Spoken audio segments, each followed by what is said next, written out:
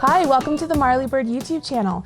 In this video, we are going to make some super cute little slippers for kids. These are called the Child Fur Boot Slippers. And when I say fur boot, I'm talking they look like real fur. Look at this stuff. This is not your regular old eyelash yarn, guys. This has eyelashes on both sides and it's super thick. It looks like it could be some sort of like a Muppet, huh?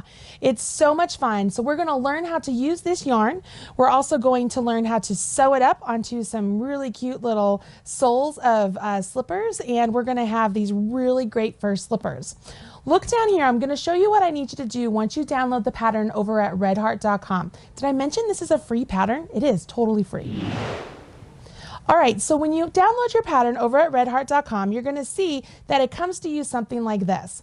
The first thing I want you to do is grab a highlighter, and I want you to highlight the size you're going to make. The reason I want you to do that is we're going to go through the whole pattern and we're going to highlight all of the numbers that pertain to that particular size.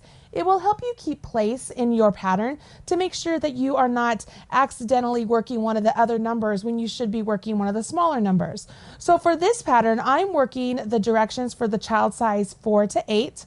And so that number is the number outside of the parentheses. All the numbers inside the parentheses pertain to either child size 7 to 11, 10 to 2, or 2 to 6. And those are child's shoe sizes, okay? So when I go through the entire pattern here and I start working with the sole, right here I'm going to make 2 of them because we have 2 feet.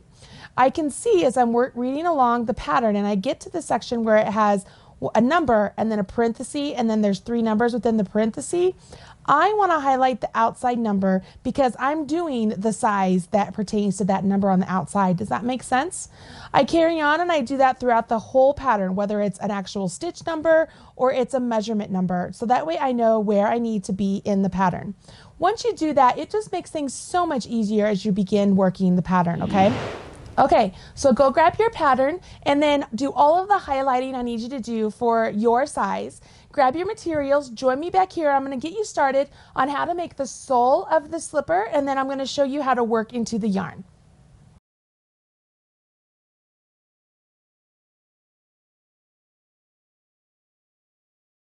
All right, you've prepared your pattern, you've gathered your materials. Let's go ahead and jump in and make the sole of this slipper. The first thing the pattern wants us to do is to cast on 5 stitches. Again, remember that I am making the smallest size. If you're making one of the other sizes that you've highlighted the numbers for, I want you to use that cast on number. I'm using the long tail cast on for this method, and you'll notice I have 2 colors of yarn that I'm working with. The reason is throughout the entire sole of this pattern, you want to hold 2 strands of yarn. So I've chosen to do 2 different colors so that you could see how this looks, but you don't have to use 2 colors. You can use just 1 color or a variegated, or you can use 2 colors, completely up to you. I'm going to do my long tail cast on. If you need a refresher on how to do long tail cast on, please visit the Marley Bird YouTube channel directions for long tail cast on, and you will get all the instructions you need right there. So I've cast on 5 stitches, which is what I wanted to do because that's what the pattern tells me to do. The next section says that we're going to do an increase, and this whole pattern is worked in garter stitch, so we will be knitting every row. We won't have to do any purls. The first thing it tells us to do is to KFB. That's a knit front and back. So what we're going to do is we're going to go into this first stitch, and remember you have 2 strands, so you're going to make sure you go into both strands of yarn.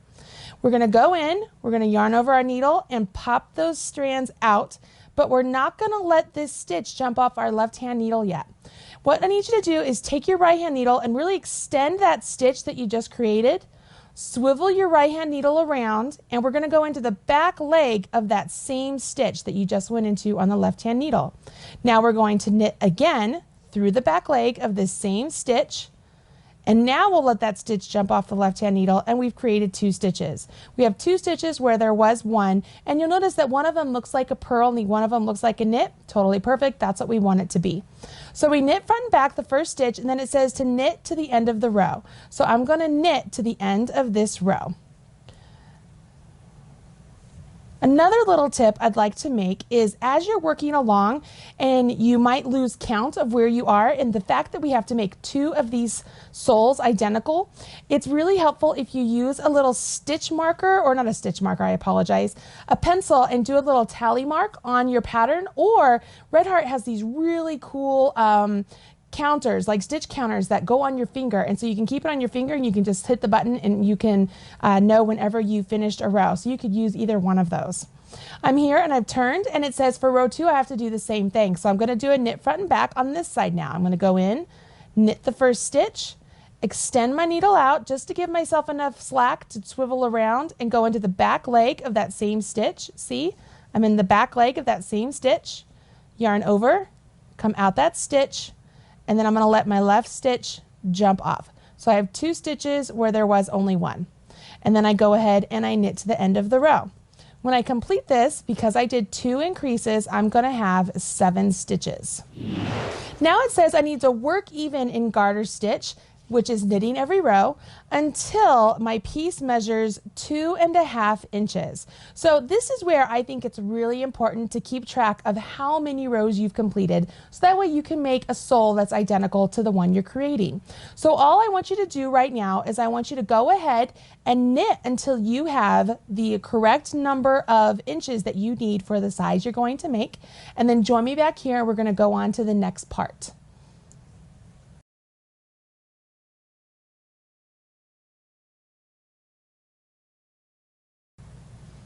All right, so you're done with the first section. We're moving on to the next part where we have to increase out for the pad of our foot, all right, for the ball of our foot. Look down here, I'm going to show you what you need to do. You can see right here that I have 2.5 inches completed, and I'm getting ready to work the next section, which says I need to repeat row 1 twice. So again, row 1 was a knit front and back, right? So I'm going to go into the first stitch and knit it, give myself a little slack, swivel around, and go into the back leg of the same stitch. You'll notice now that I'm back to where I'm showing you how it looks in the same color. I wanted you to be able to see what it looks like in one color also, so that you don't get confused if you are seeing it with one color and I was showing you with 2 colors. Then it just says to knit to the end of the row. You can also see that I am doing this English style for those of you out there who like to see the instructions, English style as well as continental. And one more. Now it says to repeat row 1 twice, so we're going to do it one more time, and this will give us our increase for the ball of our foot. Once we finish this increase, remember I have to do a knit front and back, and now jump off. Once we finish this row 1 twice, then we're going to go back to working just in plain garter stitch, which is knitting every row until the piece measures 4.5 inches for me, for the size I'm making. If you're making a different size, your size should actually be highlighted if you followed the instructions at the beginning of this video, and I want you to work until your piece measures that number of inches, okay? So we are going to just pretend that we have the correct number of inches here, and we're going to go on to the next section, okay? So we're going to pretend I did those increases and it's time for me to work 4.5 inches until it works 4.5 inches. So we're going to imagine this is total 4.5 inches, okay? Because the next row is a decrease row, and I want you to see what that is. So we are just going to pretend, okay? So the next row, we're going to do decreases, and this is to shape for the toes. So this is really easy, you guys. We're going to start off with a knit 2 together. So for a knit 2 together, remember we have 2 strands of yarn here that we're using. So we want to make sure that we are going over and we're working both stitches. So you're going to have 4 strands of yarn, and you're going through both of those stitches, and we're going to knit those 2 stitches together, just like that. So what we had 2, and we've now turned those into 1 stitch. Then it says knit to the end of the row. So I'm going to go ahead and I'll knit to the end of the row. This is really fast when you're making little kid stuff. It goes super quick. It's actually quite convenient. So once I do this, I am going to have a total of 8 stitches, because I had 9 and now I'm going to have 8. Now it says to repeat the last row of decreases 3 more times. Okay, so I will end up with 5 stitches. So if I'm going to repeat it 3 more times, I'm right here. I'm going to do a knit 2 together. So I'm going into the second stitch on my left hand needle and through the first stitch, and then give myself some slack. And then I will knit those 2 together and then finish my row. Once I'm done and I have all of the stitches worked and I'm left with my 5 stitches, I'm going to bind off and set this aside so the sole is complete. What I would do is I would do the second sole right now. Once you complete the first sole, just get it done and out of the way, so that way you can move on to the leg of the slipper and you will have no problem with like second slipper syndrome. So I am here, I'm doing, this is the second decrease that I've done, and then I'll have one more and I can show you how to bind off, just so those of you who aren't really sure how to bind off, I can show you how to do that. So I have one more decrease, so I'm going to do my knit 2 together. Did I do an increase last time? I did an increase. Are you kidding me? That is so funny. So I'm going to show you how to tink. You want to tink? So I'm going here and I'm going to go into the mother of that stitch that's on my right hand needle and drop my stitch off my right hand needle. I'm doing this rather quickly. You can go check out the tinking video if you want to find out more about how to tink, but essentially I'm just stretching the stitches out and I'm taking my left hand needle and I'm sticking it into the stitch below the stitch that's on my right hand needle, and I'm unknitting all the way down the row. And then this one, I'm going to let that one fall off because that was a stitch I created, and then I'm going to do that. So now I'm back to where I was, and I need to do an actual decrease, not an increase. So I'll do my knit 2 together. Geez, some things I just don't know. All right, and I'm down to the end here, and then one more decrease. Now I really do have a decrease. So I will do my knit 2 together as I split the yarn, and then knit to the end of the row. Once I do that, as I mentioned, I'm going to do my bind off. So I will do my bind off right now, and it's really super easy. I have my 5 stitches. I go ahead, I knit the first stitch and let it go to my right hand needle. Knit the next stitch, right hand needle. Now I take my left hand needle, go into the first stitch I completed, and have it jump up and over the second stitch. Take my left hand needle off, and it's like that stitch is around the throat of this stitch right there. It's like it's a scarf, okay? It's a scarf around the stitch, the second stitch we did. So we have to do that again. We knit 1 stitch, have the back stitch, jump up and over the front stitch and off. Knit 1 more stitch, back stitch, jumps up and over the front stitch and off. Last one, knit 1 more stitch, back stitch, jumps up and over the front stitch and off. Once you're done binding off, leave a tail that's at least 6 inches long, finish off your work and set it aside, and we'll get started with the first slipper.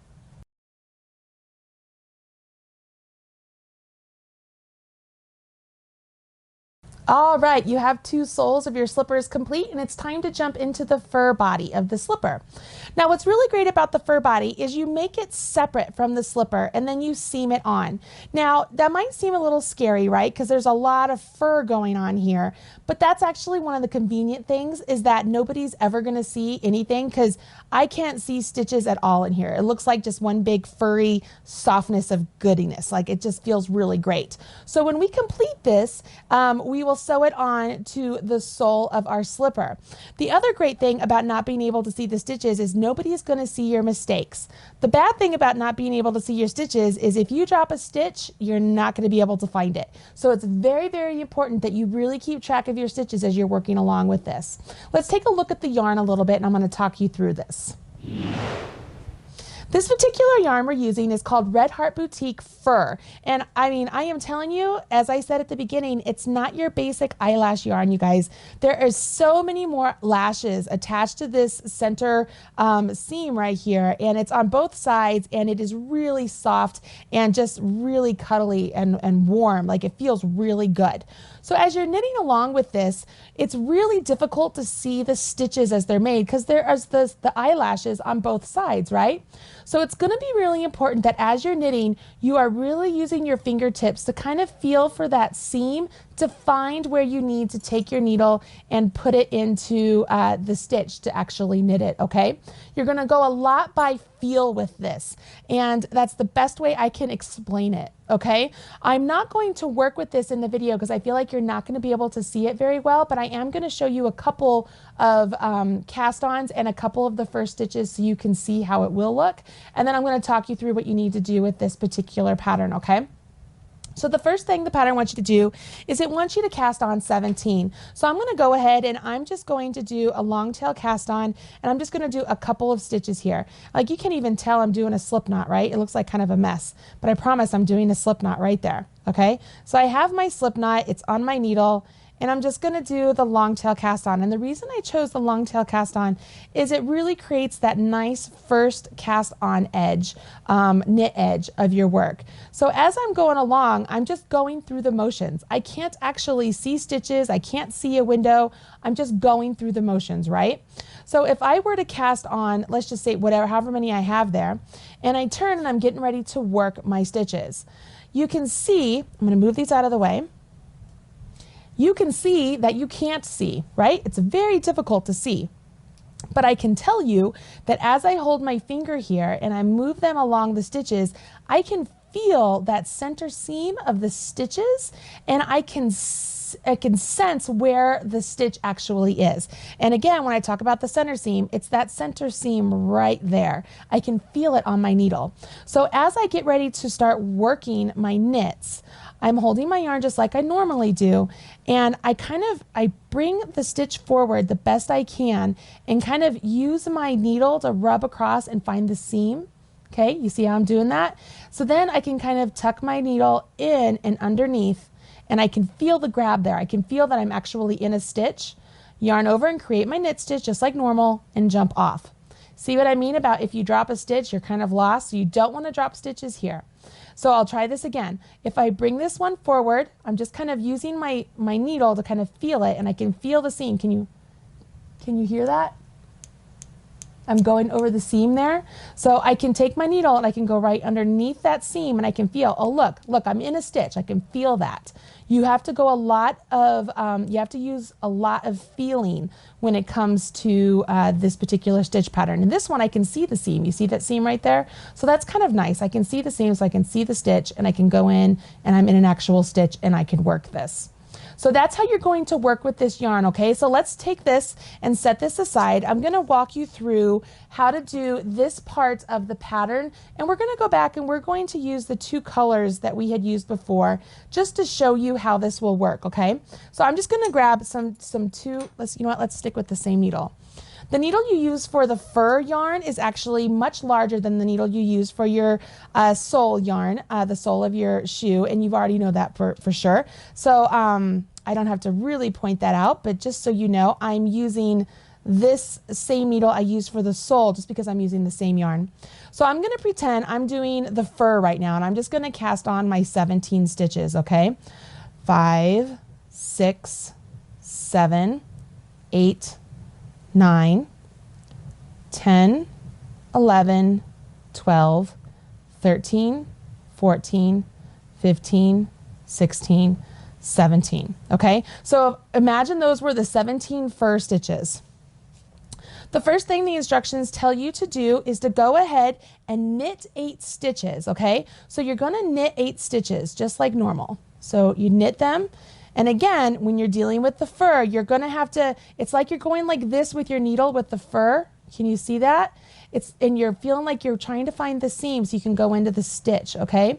So we're going to knit 8 stitches. 3, 4, 5, 6, 7, 8. Now it says that it wants you to add a marker. So I'm going to take a marker and I'm going to put it on there. When you're dealing with the fur, you want to make sure you're using really large markers. That way you can see where they are. Then you're going to knit 1 stitch and then place another marker. What we're doing is we are marking the center of the toe of the slipper, and we're going to decrease in towards the center stitch there. It's the stitch between the markers for X number of rows, and once we're done decreasing in to shape the top of the foot, we'll work straight up, and that will be the body of our slipper sock, okay? So now we have these nice stitches. I've knit 8, and then put a marker, knit 1, put a marker, knit 8. If you're dealing with other numbers, make sure you're working with the numbers that pertain to the size you're making. I'm going to keep repeating that so you guys don't accidentally use my numbers, okay? So I've done that, and it says that we are going to go for row 2, which is a decrease row. What this decrease row is doing is, if you imagine that center stitch right here is the top of our toe, we are going to decrease all the stitches in towards the top of our foot to really shape the top of the slipper, okay? And it's really easily done. And so we are going to go ahead, we're going to knit to within 2 stitches of the marker. So I'm going to knit to within 2 stitches. And again, this is going to be difficult when you're dealing with the fur yarn. So it's almost easier to kind of remember how many stitches you had. So if I had 8 stitches of fur yarn, I would knit 6, and that would leave me with 7 and 8. And those 7 and 8 would be the ones that I'm dealing with. So counting as you're going along when you're working with the fur really does help, okay? So I'm right here, we're going to do our decrease, and our decrease here is an SKP. So what we're going to do is we're going to go ahead and we're going to slip the next stitch as if to knit. So I'm going to go in as if to knit and slip it. I'm going to knit the next stitch, and then I'm going to pass this slip stitch up and over. Now, at first when I came across the pattern and I saw this, I was thinking to myself, why didn't the designer just have you do a knit 2 together? And the thing is, just doing a knit 2 together, it made it so that it was, how do I say this? It was difficult. It was difficult to do the knit 2 togethers with the fur yarn. And so actually doing the slip 1, knit 1, pass the slip stitch over, it made it a lot easier for a decrease. So I slip my marker, I go ahead and I knit the next one. I slip my marker, and again, I do the slip, knit, and pass slip stitch over. So I slip 1, I knit 1, and I pass the slip stitch over. So I've done my decrease, and I knit to end. I'm going to repeat that row, okay, doing the decrease row 2 times more for the size I'm making. If you're doing one of the other sizes, it could be more times than just 2. Once you've done that, you're going to remove the markers, and you will work another 2 rows or more rows. For me, it would be another 2 rows in garter stitch, and then I would bind off my work, and I would bind off just like I did the sole of the slipper. Okay, go ahead, grab the appropriate size needles and your fur yarn, cast on the number of stitches you need to do, and create the fur part of your slipper. Once it's all done, join me back here. I'm going to show you how to connect it to the sole using stitch markers for placement, and then we're going to whip stitch them together and finish up this really cute slipper.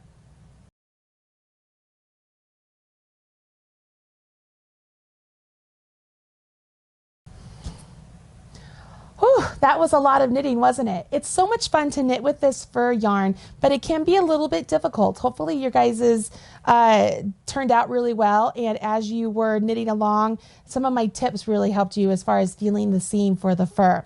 Now comes the challenge of how do we weave in these ends, and how do we join this to the sole of the slipper that we completed. Look down here, I'm going to show you how we do that. The first thing I did when I noticed that I was going to have a really hard time weaving in this end, you know what I did? I was like, you know what? You can't see any of the stitches anyways. And I think that if I just weave it in using my crochet hook, I'm going to be just fine. So what I did is I grabbed a large crochet hook and just willy-nilly, I just poked it in. So I just poked it in anywhere, kind of grabbed the yarn, and I pulled it through with my crochet hook. All right. And then I did it the opposite direction. I poked it in, grabbed the yarn, and pulled it through with my crochet hook. You can't see where I just tucked it in, can you? And as long as I go one direction and then turn around and go back the other direction, I'm going back the other way now, I feel like, you know what, that should be plenty good enough as far as weaving in this tail. It's a little bit tricky, but I felt like this was a good way to do it. Look, it's not coming undone. I did it already to the other side. You can't tell where it is at all, and it looks really good. So that's how you're going to weave in this tail. If you haven't already woven in the tails of your sole, you need to go ahead and do that also, because once you get this attached to the sole of your slipper, it's going to be really difficult to get in there and weave in your tails. So make sure you've woven in all of your tails right now, okay? So we've done that. The instructions say, I'm going to go ahead, I'm going to cut this tail because I've woven it in quite a bit. And I'm just cutting it right there at the seam. Set that down there. You'll get a little flybys, but they're all right. They're going to be just fine. No more than the little girl that gets these slippers are going to pull off, right? Okay. So I know that this is the bottom of my slipper boot that I've created, and this was my cast on edge. And the instructions say to go ahead and fold the project lengthwise on the cast on edge. So if I fold it this way along the cast on edge, and then it says to mark the center. So this is my center point, okay? So I'm gonna go ahead and I'm gonna use one of these big fat markers that I've been using all along, and I'm gonna mark my center point, okay? I'm also going to mark my center point on the sole of my sock also, or my slipper sock, okay? So my center point here, and you know what? This can be a guesstimation. This doesn't have to be absolutely perfect, is right there, okay? What's going to happen is I'm going to match up those 2 points, and as I take the edge of this slipper sock, I am going to start seaming it to the edge of this slipper, okay?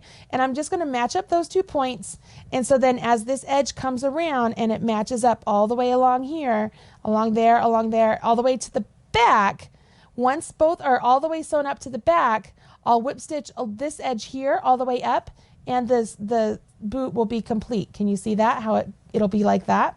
So I found it easiest, once you match those 2 up, we also want to match up the different sections. It's just easier.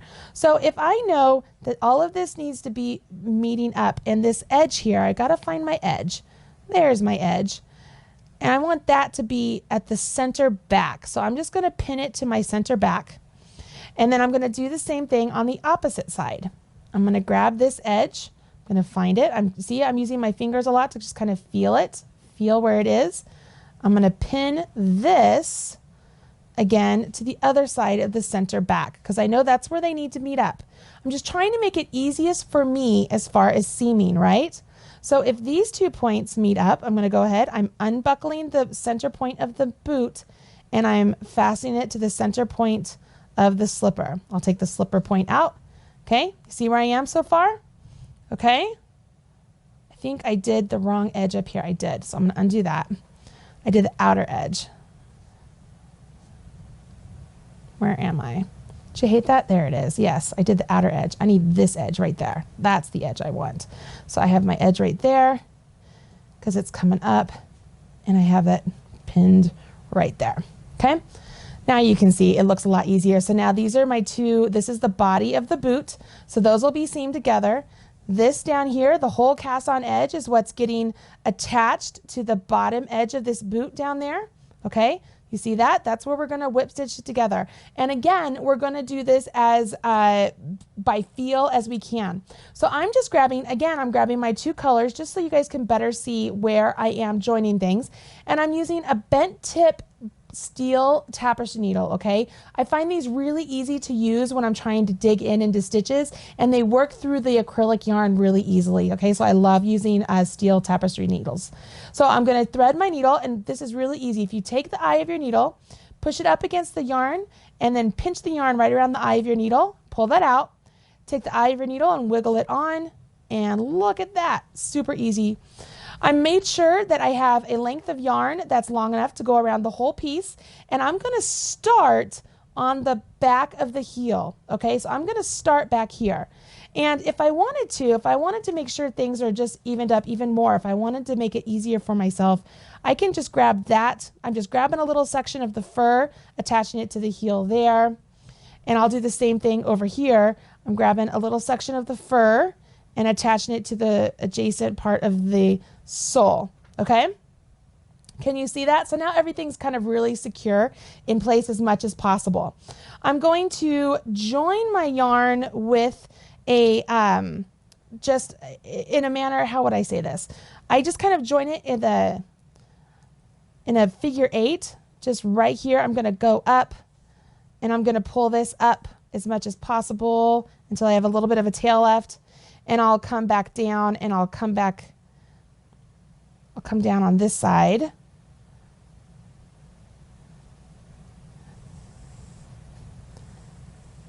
And then I'm going to come back up over again over here. Okay? And again, I'm just going on the outside edge of the sole of my slipper.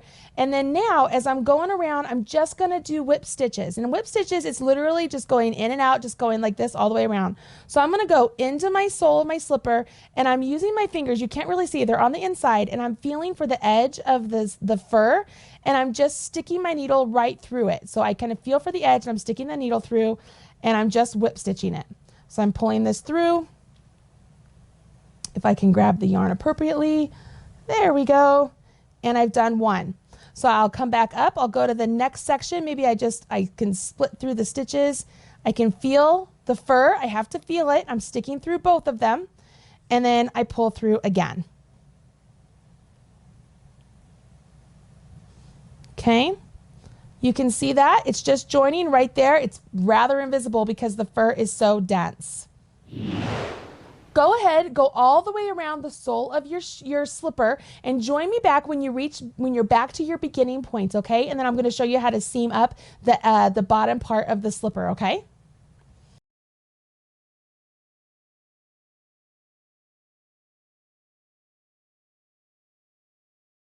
All right, you have it all seamed up and it's time to seam the back of the slipper. So look down here and I'm going to show you what you need to do. You can see that I'm taking out the markers that I had in place, holding the sole in place with the fur. And I've went around just once, all the way around, joining the fur to the sole. If you wanted to go around a second time just to make sure everything was in place, you absolutely could. But you can kind of you'll see I have my fingers in there and I'm kind of feeling around to see if there's any gaping holes, and I don't feel any. The stitch markers or the things that you have holding everything in place really do help. Hopefully you guys did give those a try. So what we have to do now is, if I flip this, there we are, right?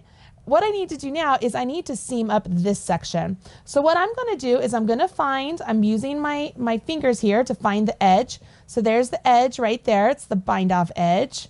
There's one of them. And then I'm going to look up here and I'm going to find the other edge, and it's right there. And so I'm going to mark it. I find the markers really helpful, you guys, because it helps me keep things in place. So if I have this edge and this edge, and I want them to meet up at the very end, right? So what I've done here is I've marked both edges, and I'm just going to kind of hold those in place. And so as I have the heel of the slipper pointing down here, I have this opening, and this is what I'm seaming closed. So just like you did when you were seaming the sole to the fur, you're going to do essentially the same thing, only now we're going to make sure these hold in place, okay? And we're going to do a whip stitch. So you're going to grab the side edge here. So I'm just going to go in, grab a side edge there. I'm going to go across to the corresponding side, grab a side edge there, pull my needle through. I know this is really hard to see. I have both edges and I'm pulling up. You'll see I have my yarn that I did around the entire piece here still attached. Like, I'm not doing a new thing of yarn at all. I'm just doing the exact same piece of yarn. I'm not going to go back this direction. You could. I'm just going to come back across, grab this side again, and come across and grab the corresponding side once again, making sure I have something there and it's not just the wisps of the eyelash of the fur. All right, so I am just whipping this all the way up. And if you're using yarn or the same yarn that you used for the sole to whip this closed, look, it doesn't even show. Like, even the two colors I'm using, I can't see anything. It looks really cool. And it's because of the thickness of this really great fur yarn. You know, I have been a fan of eyelash yarn literally since I started knitting. And it doesn't matter how accomplished of a knitter I get, I am still, like, I am entranced by fur yarn. And this yarn, when I saw it at the Red Heart home office, when they pulled it out to show me that this was their new yarn, I got so giddy and excited. And then they showed me that this cute little pattern was something I could teach people how to make. And I was like, you've got to be kidding me. This is so adorable. And so I'm just super thrilled that I'm able to show you guys how to make this really cute pattern. You know what? I don't even think I told you who was the designer of it. Why don't I look that up? So of course, oh, Heather Ladinsky, of course. Heather Ladinsky is awesome when it comes to designing things like this. She just is really super talented, and it's not just baby stuff and such that she designs. She does all sorts of items. I know that I've seen sweaters and all, you know, you name it, she's done it.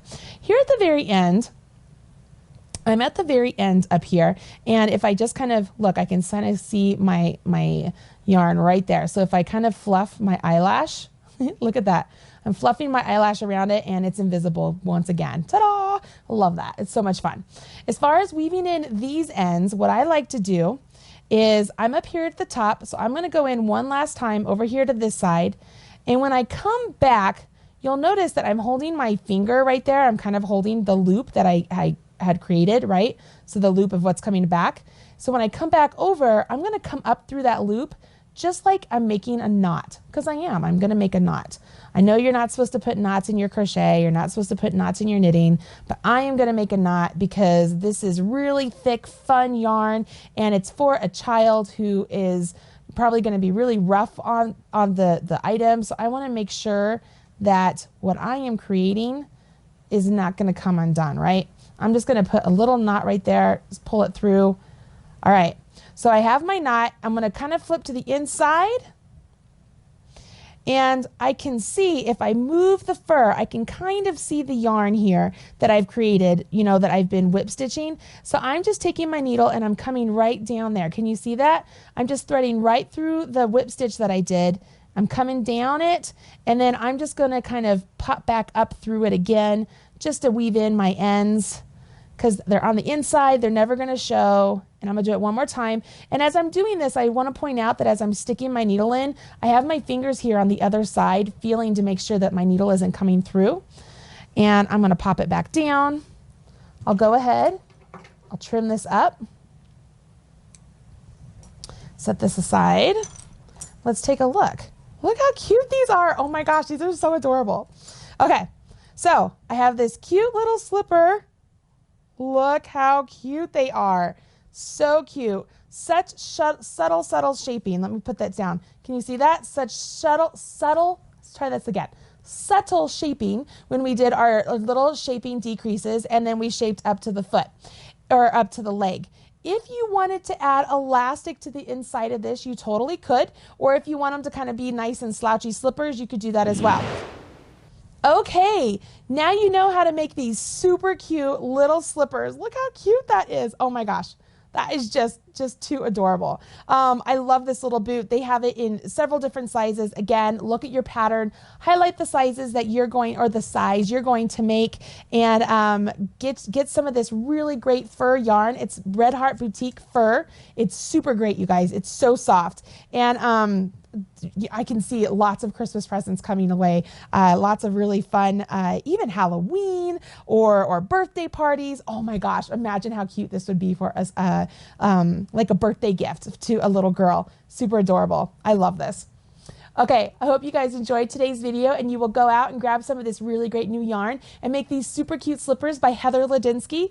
Don't forget, it is a free pattern over at redheart.com, where you can find all sorts of free patterns and video instructions taught by me, Marley Bird. Please hit subscribe right here on the Marley Bird YouTube channel so you're up to date whenever there is a video released. I also have a newsletter you can sign up for over at marleybird.com. And as my kids say, please smash that like button to make sure other people know that you did enjoy today's video. Thank you so much for watching, and I'll talk to you again soon. Bye-bye.